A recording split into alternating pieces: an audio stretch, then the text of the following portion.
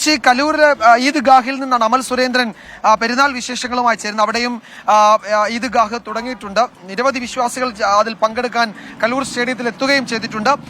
അമൽ, എന്തൊക്കെയാണ് കലൂർ സ്റ്റേഡിയത്തിലെ വിവരങ്ങൾ? അവിടെ ചടങ്ങുകൾ, ഈദ്ഗാഹിന്റെ ചടങ്ങുകൾ തുടങ്ങിയിട്ടുണ്ടല്ലോ അല്ലേ?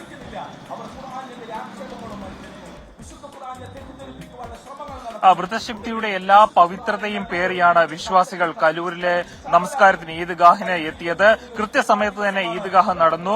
സുബൈർ പടിക്കൽ, ISM സംസ്ഥാന പ്രസിഡന്റും മതപണ്ഡിതനുമായ സുബൈർ പടിക്കലിന്റെ നേതൃത്വത്തിലായിരുന്നു ഈദ്ഗാഹ് നടത്തിയിരുന്നത്. ഇതിന്റെ ഭാഗമായിട്ട് ഈ ഒരു ലഹരി വിരുദ്ധ പ്രതിജ്ഞയും ഈ ഒരു ഈദ്ഗാഹിന്റെ ഭാഗമായി നടക്കുന്നുണ്ട്.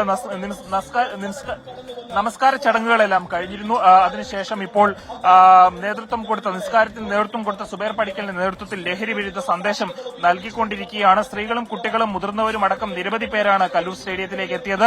എറണാകുളം ജില്ലയിൽ പ്രധാനമായും 2 ഈദ്ഗാഹുകളാണ് നടക്കുന്നത്. ഒന്ന് കലൂർ സ്റ്റേഡിയത്തിലും മറ്റൊന്ന് മറൈൻ ഡ്രൈവിലുമായിരുന്നു. ഏതായാലും വലിയ ജനപങ്കാളിത്തം തന്നെയാണ് ഈദ്ഗാഹിന്റെ ഭാഗമായിട്ട് ഉണ്ടായത്. ഇവിടെ സലഫി മസ്ജിദിന്റെ നേതൃത്വത്തിലാണ് ഈദ്ഗാഹ് സംഘടിപ്പിച്ചത്. അതോടൊപ്പം തന്നെ കലൂർ ജുമായത്തും ഈ ഈദ്ഗാഹിന്റെ സംയുക്തമായിട്ടുള്ള ഒരു ഈദ്ഗാഹാണ് ഇവിടെ നടന്നത്. ഏതായാലും വിശ്വാസികളെല്ലാം തങ്ങളുടെ പുണ്യമാസത്തിന്റെ സംതൃപ്തിയിലാണ്. ഇവിടെ ഏതായാലും ഇപ്പോൾ ചടങ്ങുകളെല്ലാം പൂർത്തിയായി കഴിഞ്ഞിരിക്കുന്നു. വിജയകുമാർ.